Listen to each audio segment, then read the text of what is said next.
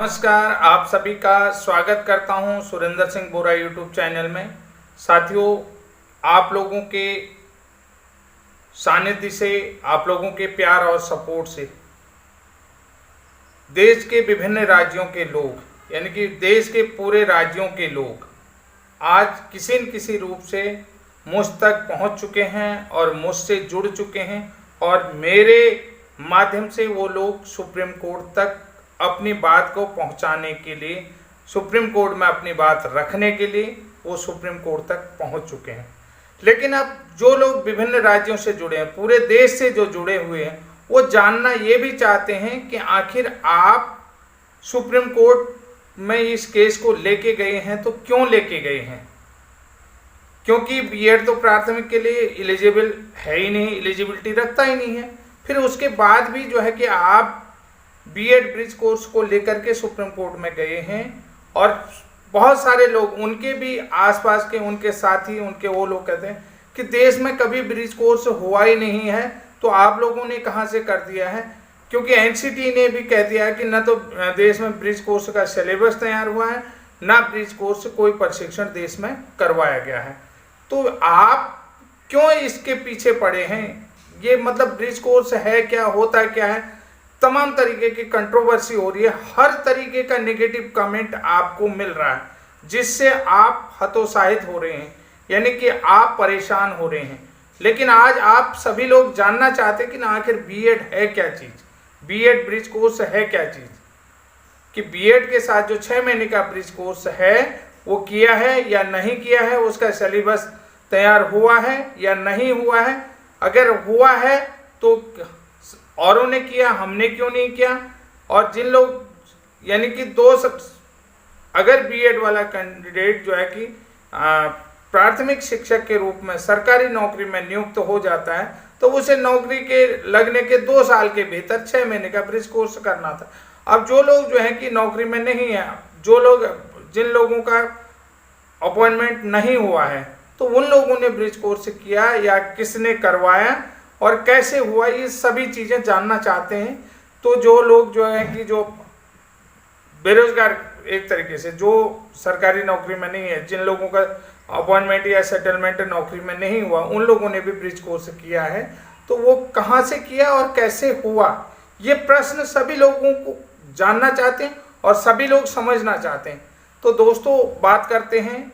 पहली बात तो आपको स्पष्ट कर देता हूँ, आप लोगों के माध्यम से और आप लोगों के सहयोग से बीएड ब्रिज कोर्स का जो मामला है वो माननीय सुप्रीम कोर्ट में न्याय पाने के लिए चला गया है, जिसकी एसएलपी नंबर आपने देख लिया होगा 23943 2022 था, या इसको ये कह सकते हैं कि जिसका डायरी नंबर था 38557, यानी कि Nandan Singh Bora versus the state of Uttarakhand के साथ इस केस की एप्लीकेशन लगी हुई है। तो आप देखते हैं कि उत्तराखंड एनआईवस वर्सेस स्टेट ऑफ उत्तराखंड, इसको कह सकते हैं, तो जिसकी सुप्रीम कोर्ट में आज सुनवाई थी। और निश्चित था कि एनसीटी कटघरे में एक बार फिर बीएसटीसी की भांति, जैसे बीएसटीसी ने एनसीटी को कटघरे में खड़ा किया था, उसी तरीके से दोबारा बीएड ब्रिज कोर्स की तरफ से भी एनसीटी को कटघरे में खड़ा किया जाना ये तय है। कि जो लोग कह रहे हैं कि बार बार एनसीटी ने कह दिया है कि देश में ब्रिज कोर्स हुआ ही नहीं है, तो अब देखिए एनसीटी की यहाँ पर गलती आ रही है। और ब्रिज कोर्स हुआ तो कहाँ से हुआ, कैसे हुआ, और ब्रिज कोर्स का सिलेबस क्या है, और ब्रिज कोर्स जो है कि राष्ट्रीय मुक्त विद्यालय संस्थान यानी एनआईवस की तरफ से करवाया गया है, तो कैसे कराएगा। तो साथियों, सबसे बड़ी बात, आपने देखा होगा जब आरटी एक्ट देश में लागू हुआ 1 अप्रैल 2010 से, तो देखा गया था बहुत सारे अप्रशिक्षित शिक्षक जो है कि प्राइवेट स्कूलों में, यानी सरकारी स्कूलों में और राजकीय सहायता प्राप्त अशासकीय विद्यालयों में पढ़ा रहे हैं। यानी कि उन लोगों को प्रशिक्षित करना जरूरी था, किसके अनुसार, आरटीई के मानकों के अनुसार। तो ऐसे में देखा गया कि मानव संसाधन विकास मंत्रालय ने उनके लिए जो है कि एक दिशा निर्देश जारी करा कि जो लोग सरकारी विद्यालयों में पढ़ा रहे हैं बीएड प्रशिक्षित, और जो लोग प्रशिक्षित किसी भी प्रकार का प्रशिक्षण नहीं लिया, तो जो बीएड प्रशिक्षित है वो 6 महीने का ब्रिज कोर्स करेंगे जो एनसीटी से अनुमोदित होगा 6 महीने का। यानी कि आपने बीएड करा है तो आपको ओडीएल माध्यम से 18 महीने के डीएलएड करने की आवश्यकता नहीं है। अब देखिए ये जो कोर्स है, ये कोर्स एनसीटी के गजट 2014 में 14 के अनुसार करवाया गया है, और आरटी एक्ट में जो संशोधन 17 अक्टूबर 2017 है उसके अनुसार कराया गया है, क्योंकि जो आरटी की धारा 29 को फुलफिल करता है, यानी कि मानव संसाधन विकास मंत्रालय की अधिसूचना के अनुसार कराया गया। अब देखिए यहाँ पर सबसे बड़ी बात देखिए, जो मानव संसाधन विकास मंत्रालय के दिशा निर्देश हैं उनका पूरी तरीके से पालन किया गया। एक्सपर्ट कमेटी के सभी डायरेक्शनों को फॉलो किया गया। इसमें स्टेटों का भी जो है कि सभी स्टेटों का भी यानी कि पार्टिसिपेशन रहा है। सभी राज्यों के शिक्षा सचिवों का यानी कि एजुकेशन सेक्रेटरीज का भी पार्टिसिपेशन इसमें रहा। उसके अलावा संसद में भी ये बैठक ली गई है, यानी कि राज्यसभा में भी इसका बैठक का प्रस्ताव रखा गया और लोकसभा में भी इसका बैठक का प्रस्ताव रखा गया, जो मार्कशीट के पीछे रखा हुआ है। 275वां बैठक है और ये आपकी मार्कशीट के पीछे भी रखा हुआ है, लिखा हुआ है। तत्कालीन जो एमएचआरडी मिनिस्टर थे प्रकाश जावड़ेकर जी द्वारा, आप किसी भी यूट्यूब के साइट में जाकर के इस चीज़ को देख सकते हैं। पीडीपीईटी प्रोग्राम के संसद में जो भी आप वो लाया गया, बैठक लाई गई, चर्चा लाई, संसद में जो भी चर्चा हुई उसको भी आप वहाँ पर देख सकते हैं। ये नॉलेज आपको कोई नहीं देगा, ये नॉलेज मैं दे रहा हूँ, क्योंकि आप लोग जानना चाहते हैं कि यार वास्तव में ये ब्रिज कोर्स है क्या। तो साथियों कि आप लोगों को बता दिया कि एनसीटी के गजट 2014 के अनुसार देख लीजिएगा। उसके बाद जो है कि एमएचआरडी की अधिसूचना 2017 के अनुसार सारी तरीके से ये फुल। और उसके अलावा एनसीटी का गजट या एनसीटी का नोटिफिकेशन 22 सितंबर 2017 में इस कोर्स का पूरी तरीके से इलेबोरेशन होता है, ये लॉन्च होता है।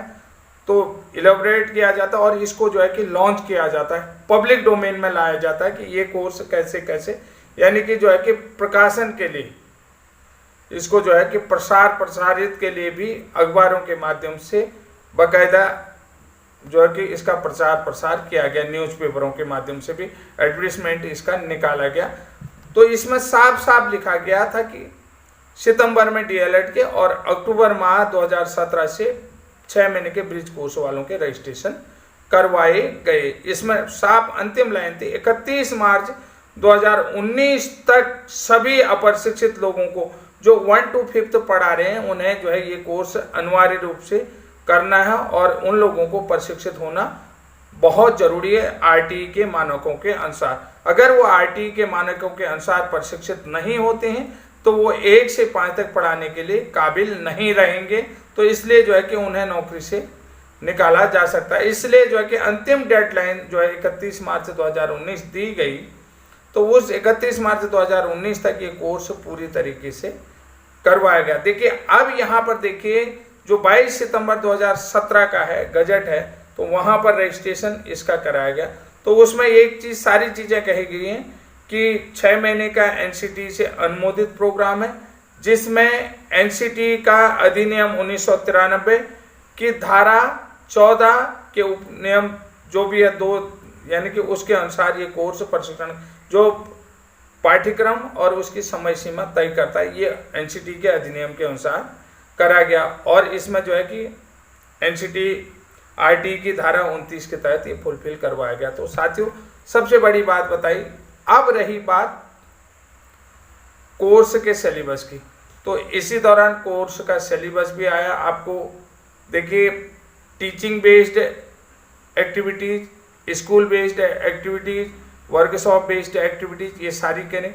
उसके बाद आपने 4 सब्जेक्ट भी पढ़े और आपके सारे लेसन प्लान भी तैयार हुए, और लगभग ये 6 महीने का प्रशिक्षण पूरी तरीके से काफ़ी मेहनत के साथ संपन्न हुआ और 31 मार्च 2019 तक इसके एग्ज़ाम भी कंडक्ट करा दी गई।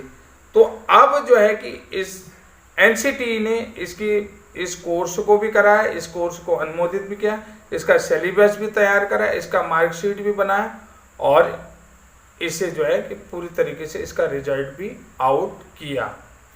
तो अब सबसे बड़ी बात ये बता देता हूँ कि बहुत सारे लोगों का कहना है कि एनसीटी ने इस कोर्स को नकार दिया है, ये कोर्स है ही नहीं, यानी कि ब्रिज कोर्स है ही नहीं। तो अब यहाँ पर गलती किसकी? क्योंकि हमारे पास ब्रिज कोर्स का अंक पत्र है, ब्रिज कोर्स प्रशिक्षण हमने लिया हुआ। एनसीटी ने सिलेबस भी बनाया, एग्जाम भी करवाए, मार्कशीट भी बनवाई, क्योंकि वहाँ से साफ दिशा निर्देश थे कि जो राज्य की शैक्षणिक संस्थान है, जो राज्य के अंतर्गत शैक्षणिक संस्थान है, जैसे SCERT जो भी प्रशिक्षण संस्थान कार्य करते हैं, NIOS सिर्फ जो है कि कोर्स को कंडक्ट कर रहा है, बाकी परीक्षा केंद्र, सिलेबस की जिम्मेदारी और मास्टर ट्रेनरों की, जो भी पढ़ाने के लिए जो मास्टर ट्रेनर उनकी व्यवस्थाएं स्टेट प्रशिक्षण जो स्टेट एजुकेशन ट्रेनिंग सेंटर है उनकी रहेगी। ये बात है उसमें साफ कहेगी। तो राज्य के अंतर्गत जो भी SCERT के द्वारा या डाइट सेंटरों के द्वारा ये प्रशिक्षण संपन्न करवाया गया, इसका समय पर एग्जाम भी हुआ और रिजल्ट भी जारी हुआ। अब देखिए भाई बहुत सारे लोग कह रहे हैं कि आपने जो सुप्रीम कोर्ट में याचिका लगाई वो खारिज हो जाएगी, आपको फटकार लगेगी, वो कैंसिल हो जाएगी क्योंकि ब्रिज कोर्स एनसीटी ने करवाया नहीं। अब मैंने आपको बता दिया एनसीटी ने ब्रिज कोर्स करवाया, एनसीटी ने रिजल्ट भी आउट किया, एनसीटी ने प्रमाण पत्र भी दिए कैंडिडेट को। अब रही बात, देखिए जो लोग सर्विस में हैं, देखिए एनसीटी की तरफ से देखिए ब्रिज कोर्स उन लोगों को भी कराया जो प्राइवेट स्कूलों में पढ़ा रहे थे और सरकारी स्कूलों में भी पढ़ा रहे थे, यानी कि जिनका अपॉइंटमेंट हो गया उन लोगों को तो कराया हमारे साथ ही, और जो लोग प्राइवेट स्कूलों में पढ़ा रहे थे उन लोगों को भी ब्रिज कोर्स करवाया, यानी कि उन लोग 1 से 5 तक पढ़ाने के लिए वहाँ भी कंपलसरी था। ऐसे में एनसीटी ने अगर ब्रिज कोर्स प्रशिक्षण सिलेबस नहीं बनने की बात कही है, ब्रिज कोर्स प्रशिक्षण नहीं कराने की बात है, तो अब जो है कि कोर्ट में एक मजबूत दावा प्रस्तुत हो चुका है, जिसके लिए एनसीटी पर एक और केस तो बनता ही बनता है, जैसे कि बीएसटीसी वालों ने बनाया। आपको ये कोई जानकारी नहीं देगा क्योंकि एनसीटी की गलती रही है और एनसीटी ने कोर्स कराया, कोर्स कराने के बाद एनसीटी अपने उसको नकार रही है कि ये कोर्स तो हुआ ही नहीं है। लेकिन सबसे बड़ी बात आपको बता देता हूँ, गलती किसकी है? गलती तो एनसीटी ने, अगर एनसीटी ने नॉन अपॉइंटमेंट टीचर्स को प्रशिक्षण करवाया है तो अब एनसीटी की जिम्मेदारी बनती है कि इन लोगों को भी नौकरी देना जरूरी होगा। अब रही बात सुप्रीम कोर्ट का डिसीजन 11 अगस्त 2023 को। सुप्रीम कोर्ट ने कह दिया कि प्राइमरी में 1 से 5 तक वही व्यक्ति पढ़ाएगा जिसने मिनिमम क्वालिफिकेशन क्राइटेरिया जिसके पास होगी या जिसने कंप्लीट की होगी वही लोग टीचर बनेंगे, और जिसने आरटीई के मानकों के अनुसार प्रशिक्षण लिया होगा, जिसने आरटीई की धारा 29 का उल्लंघन नहीं किया होगा।